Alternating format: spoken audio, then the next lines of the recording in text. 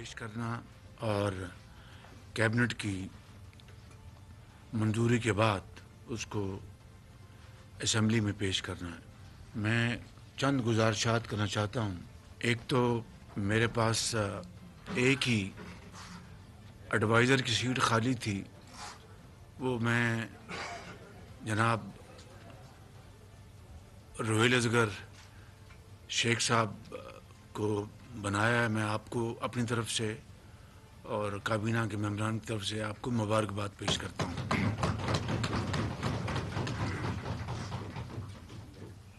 اور مجھے پوری امید ہے کہ آپ ان جو باقی وقت ہے اس میں آپ پوری محنت سے اپنی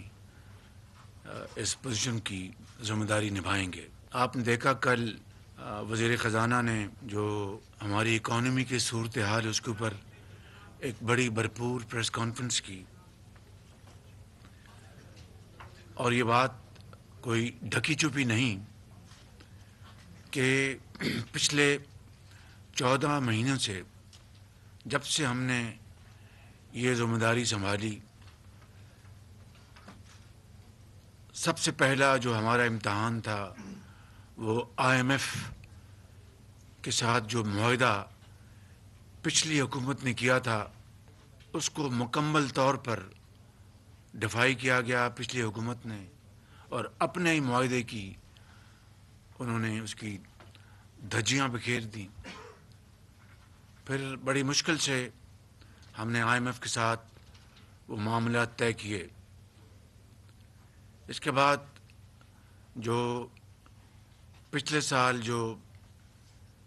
فلڈز آئے کلائمیٹ چینج کے حوالے سے، وہ تباہ کن تھے اور اس نے معیشت کو بے پناہ نقصان پہنچایا۔ اس کے باوجود بھی کہ کابینہ کے متعلقہ ممبرز نے دن رات کوشش کی، بحالی کے لیے، ریہیبلیٹیشن کے لیے، ریلیف کے لیے انٹرنیشنل ایجنسیز سے اپروچ کیا گیا، اور وفاق کے علاوہ صوبوں نے اربوں روپے اپنے صوبائی وسائل سے خرچ کیے۔ وفاق نے تقریباً 100 ارب روپیہ خرچ کیا۔ بیرونی ممالک سے امداد آئی، دوست ممالک نے ہمارا ہاتھ بٹھایا، لیکن یہ بات کسی سے ڈھکی چھپی نہیں کہ تقریباً 30 ارب ڈالر کا ہمیں معاشی نقصان ہوا، 30 ارب ڈالر کا۔ پھر اس کے بعد جو دنیا میں کساد بازاری تھی، خاص طور پر یوکرین کے جو ایک چل رہا ہے اسٹرگل، ایگریشن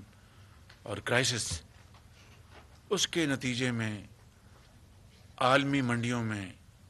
کموڈٹیز کی قیمتیں بڑھی، جس کا پاکستان جیسے ترقی پذیر ملک کو بے پناہ اربوں ڈالر زائد دینے پڑے، چاہے وہ تیل کی قیمتیں ہیں، چاہے وہ کھاد ہے، چاہے وہ گندم ہے، کاٹن ہے، ہر لحاظ سے۔ پھر اس کے بعد اب ہم دوبارہ IMF کے ساتھ سر جوڑ کے بیٹھے ہیں، اور IMF کی تمام جو ان کی شرائط ہیں ان کو منون نہ صرف تسلیم کر لیا گیا ہے، بلکہ ان کے اوپر پوری طرح ہم نے جو پرائر ایکشن جو ہیں ان کو ہم نے اس کے اوپر عمل درآمد کیا ہے، لیکن ابھی تک جو سٹاف لیول ایگریمنٹ ابھی تک سائن نہیں ہوا، جس کے بعد بورڈ میں یہ معاملہ جائے گا۔ بہرحال امید کی جانی چاہیے کہ تمام شرائط پوری کرنے کے بعد اسی ماہ IMF کا 9th ریویو مکمل ہو کر بورڈ سے اس کی منظوری لی جائے گی IMF کے۔ میری IMF کی MD سے کوئی 1 گھنٹہ ٹیلی فون پر گفتگو ہوئی، اور گفتگو کے نتیجے میں یہ کہہ سکتا ہوں کہ انہوں نے مجھے کہا کہ میں نے ان سے یہ تجویز کی تھی کہ آپ اگر وربل کمٹمنٹ دیں تو اس کی بنیاد پر جو باقی سٹیپس ہم ایک دو اور انہوں نے مجھے کہے تھے، ہم وہ انشاءاللہ وہ سٹیپس ہم لے لیں گے. انہوں نے مہربانی کی، وربل کمٹمنٹ دی، جس کے نتیجے میں ہم نے وہ سٹیپس بھی ہم نے اٹھا لیے ہیں. لہٰذا اب کوئی ایسی چیز باقی نہیں جو کہ اس میں رکاوٹ بن جائے. ان تمام جو میں نے ابھی جو مسائل آپ کے سامنے رکھے ہیں، اس سے پاکستان کے عام آدمی کے اوپر بے پناہ مہنگائی کا بوجھ پڑا ہے. اس میں کوئی شک نہیں کہ مہنگائی اس وقت دنیا میں سکہ رائج الوقت ہے، چاہے وہ برطانیہ ہے، چاہے وہ امریکہ ہے، ہر جگہ مہنگائی ہے. لیکن ان کی جو اکانومیز ہیں ان میں اتنی سخت ہے کہ وہ اپنے عوام کو وہ ریلیف دلا سکیں. بدقسمتی سے جب ہم نے پاکستان کی باغ ڈور سنبھالی تو ہماری اکانومی کا پچھلی حکومت نے جنازہ نکال دیا تھا، اور اس ایک سال میں 14 مہینوں میں جو مشکلات ہم پر آ پڑی وہ میں نے ابھی آپ کو بیان کی ہیں. اس دوران ہمارے درینہ دوست اور بہت بااعتماد دوست چین نے ہماری بھرپور مدد کی، فائنینشیل سپورٹ دی ہمیں، اور یہ پچھلے 2-3 ماہ میں چینی حکومت کی سپورٹ جو ہے وہ انتہائی مددگار ثابت ہوئی. اس کی تفصیل میں نہیں جا رہا. اور IMF کے حوالے سے ہمارے برادر ممالک سعودی عربیہ اور UAE نے ہمارا ہاتھ تھاما، اور ہماری اس میں جو IMF کی شرائط تھیں ایڈیشنل، یعنی جو گیپ تھا ان کے مطابق اس میں $3 ارب، 2 سعودی عربیہ اور 1 UAE نے، یہ $3 ارب کی ہماری بہت اس آڑے وقت میں بہت ٹائملی اور قیمتی مدد کی ہے، جس کے ہم ان کے بے حد شکر گزار ہیں. یہ ہے صورتحال جو میں نے بڑے اختصار کے ساتھ آپ کے سامنے رکھی ہے. آج بجٹ پیش ہونا ہے، اور اب چیلنج یہ ہے کہ اس وقت جو مہنگائی نے غریب آدمی کا بے پناہ اس کے اوپر بوجھ ڈالا ہے، جو ہماری اقتصادی ترقی جس رفتار پہ ہونی چاہیے تھی، جن چیلنجز کا جس کا میں نے ابھی ذکر کیا ہے، اس کی وجہ سے وہ سست روی کا شکار ہو گئی. یہ ایک اللہ تعالیٰ کا بے پایاں فضل و کرم ہے کہ ہمارا جو کرنٹ ڈیفیسٹ ہے اس میں بہت پچھلے مہینوں میں بڑی بہتری آئی، اور کرنٹ ڈیفیسٹ ہمارا کم ہو کر آلموسٹ ان 10 مہینوں میں کرنٹ ڈیفیسٹ میں $10 بلین کمی آئی، اور اس سے یہ سکڑ کر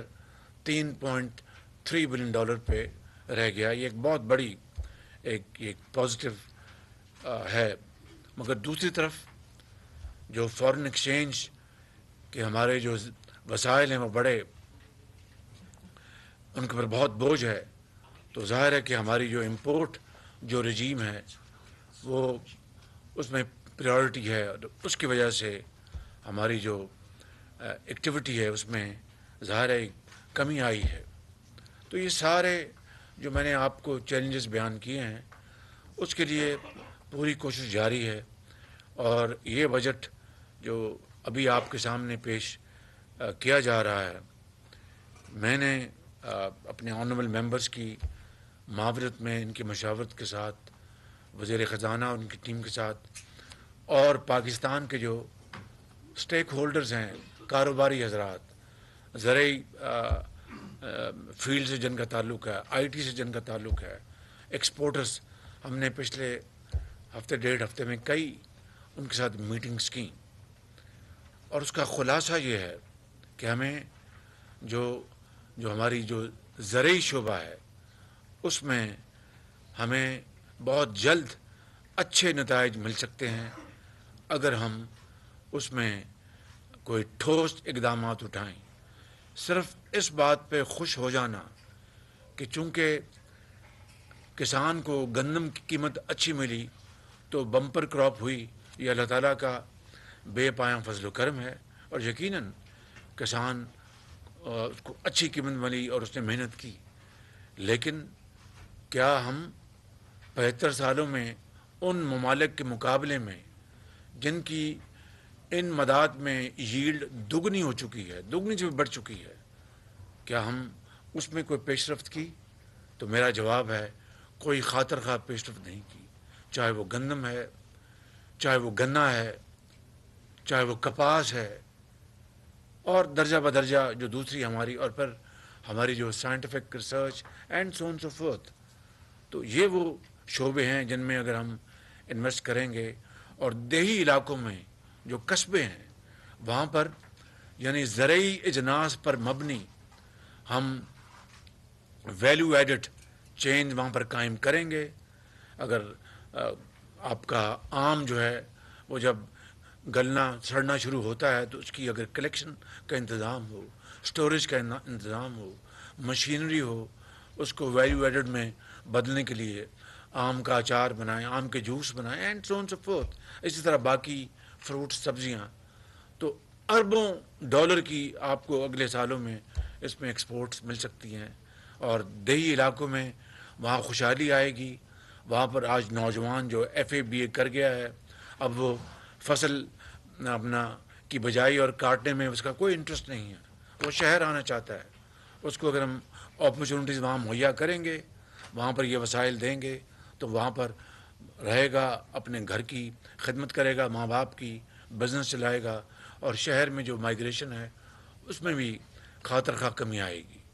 میں تفصیل میں نہیں جا رہا، اس کے اوپر ہم نے بڑا کام کیا ہے، وہ فائنانس منسٹر آپ کو بتائیں گے۔ اسی طریقے سے آئی ٹی کے شعبوں میں، ایکسپورٹس میں، اس میں ہمارے منسٹر آف کامرس ہیں، منسٹر آئی ٹی ہیں، اور دوسرے منسٹر فائنانس اینڈ دوسرے جو ہمارے منسٹرز ہیں انہوں نے سب نے بڑی اس میں معاونت کی ہے۔ پھر اگلی بات اور جو آخری بات میں جو بطور ابتدائی کرنا چاہتا ہوں یہ ہے وہ جس سے کہ ہم اکانومی کو آگے بڑھائیں گے، لیکن یہ بات میری بات یہ طے ہے، یہ میری بات نوٹ کر لیں کہ دنیا میں پاکستان چھوڑ دیں، دنیا میں جو معیشت کا پہیہ جڑا ہوا ہے سیاسی استحکام کے ساتھ، اگر ملک کسی بھی ملک میں چاہے وہ پاکستان ہو، کسی بھی ملک کے اگر سیاسی استحکام نہیں ہوگا تو وہاں پر معیشت ترقی تو دور کی بات ہے، تباہ ہو جائے گی۔ آپ 70 کی دہائی میں جب یورپ میں بڑے بڑے پروٹیسٹ ہوئے دیکھ لیجئے کہ ان کی اکانومیوں کا ان کی وہ جنازہ نکل گیا۔ اس طرح کی دنیا میں کئی عصر حاضر کی مثالیں موجود ہیں۔ تو پاکستان میں پچھلے ایک سال سے جو یہاں پر پولیٹیکل انسٹیبلٹی کی بھرپور کوشش کی جا رہی ہے، اس کے لیے جو اپنا ذرائع تلاش کیے گئے، اس کے لیے جو بیانیہ اختیار کیا گیا، اس کے لیے جو جتھے بندی کی گئی، اس سے اس ملک کے اندر ایک سیاسی ایک طوفان آیا، ایک سیاسی ہلچل نہیں بلکہ ایک طوفان آیا، طوفان جس نے کہ معاش کے پہیے کو جام کر دیا۔ فورن ڈائریکٹ انویسٹمنٹ وہ آلموسٹ ختم ہو گئی، ملک کے اندر جو سرمایہ کار ہیں وہ رک گئے، اور جو سندوں کی چمنیوں سے دھواں نکلنا بند ہو گیا۔ تو یہ وہ سب سے بڑا الارمنگ فیکٹر ہے کہ اگر سیاسی استحکام کے بغیر آپ اربوں کھربوں ڈالر جھونک دیں اس کا کوئی نتیجہ نکلے گا۔ اس لیے سیاسی استحکام لانے کے لیے ہم سب اس کے اوپر یکسو ہیں، اسٹیٹ آف پاکستان یکسو ہے، ادارے یکسو ہیں کہ سیاسی استحکام لائیں گے تو یہ معاملہ آگے چلے گا۔ آخری بات یہ عرض کرنا چاہتا ہوں کہ غریب آدمی، جس طرح میں نے شروع میں نے کہا کہ وہ بیچارہ پس گیا ہے، اس کی تنخواہ اگر اس میں خاطر خواہ اضافہ نہ کیا گیا تو میں سمجھتا ہوں کہ جتنے بھی مشکل اور نامساعد حالات ہیں، یہ ہماری بہت بڑی ذمہ داری ہے کہ ہمیں کم از کم اس کی تنخواہ میں اتنا اضافہ کریں جس سے کہ وہ اپنے بال بچوں کا جو پیٹ جو ہے وہ ان کو پال لے اور ان کی جو بنیادی ضروریات کو وہ پورا کر لے۔ اسی طرح پینشنرز ہیں، ان کی پینشن میں وہ ریٹائرڈ لوگ اس انفلیشن سے ان کی پینشنیں آدھی سے بھی کم ہو گئیں، ان کی تنخواہیں آدھی سے بھی کم ہو گئیں، تو اس لیے پینشنرز کا ہمیں خیال کرنا ہے۔ یہ وہ دو ایشوز ہیں جو آج آپ کے سامنے پیش ہوں گے، آپ نے رائے دینی ہے اور اس کے مطابق پر انشاءاللہ ہم آگے چلیں گے۔ میرا یہ یقین ہے کہ ان تمام تر مشکلات کے باوجود دیکھیے کہ بمپر ویٹ کی کراپ ہوئی، اللہ تعالیٰ نے بڑا فضل کیا، 10 سالوں میں یہ سب سے بڑی گندم کی، اور اسی طرح کاٹن میں جو کاٹن کی قیمت اناؤنس کی گئی، کاٹن کا جو ایریا ہے اس میں خاطر خواہ اضافہ ہوا جس میں کاٹن کی بجائی کی گئی ہے، اور امید کی جانی چاہیے کہ اس مد میں ہمیں اللہ تعالیٰ اپنا کرم فرمائیں گے۔ پھر ہم کوشش کر رہے ہیں کہ گیس کی قیمتیں دنیا میں نیچے آ رہی ہیں، کہیں سے ہمیں گیس کا نیا کانٹریکٹ مل جائے جس سے کہ اس وقت جو گیس جن قیمتوں پہ خریدی گئی تھی ماضی میں، اگر ان کم قیمتوں پہ کوئی کانٹریکٹ مل جائے تو ایوریج جو ہے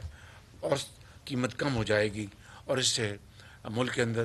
اقتصادی پہیہ تیزی سے چلے گا۔ بجلی کی ایک بہت بڑا چیلنج ہے، آپ جانتے ہیں، آج اس کے لیے وقت نہیں، آپ نے پیچھے پریزنٹیشن بھی لی تھی۔ میں ان الفاظ کے ساتھ آپ سب کا بہت شکر گزار ہوں۔